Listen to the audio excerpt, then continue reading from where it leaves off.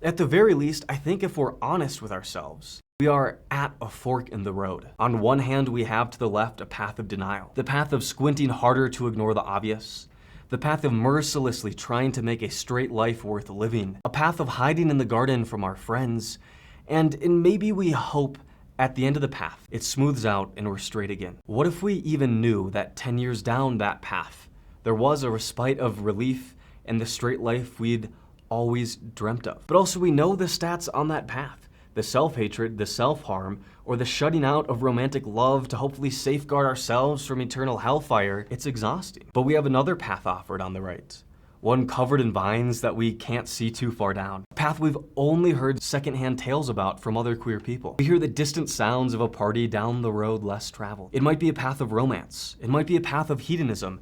It might be a path where we find a loving community, but one that some people might think is toxic. A path we've always fantasized about.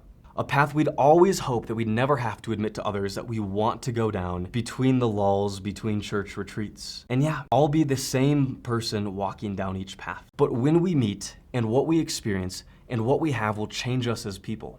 Our beliefs, our identities, our values, our chosen families, who knows what will happen to those when we choose the right path. But here's a thought. What if we could just try out the less trodden path?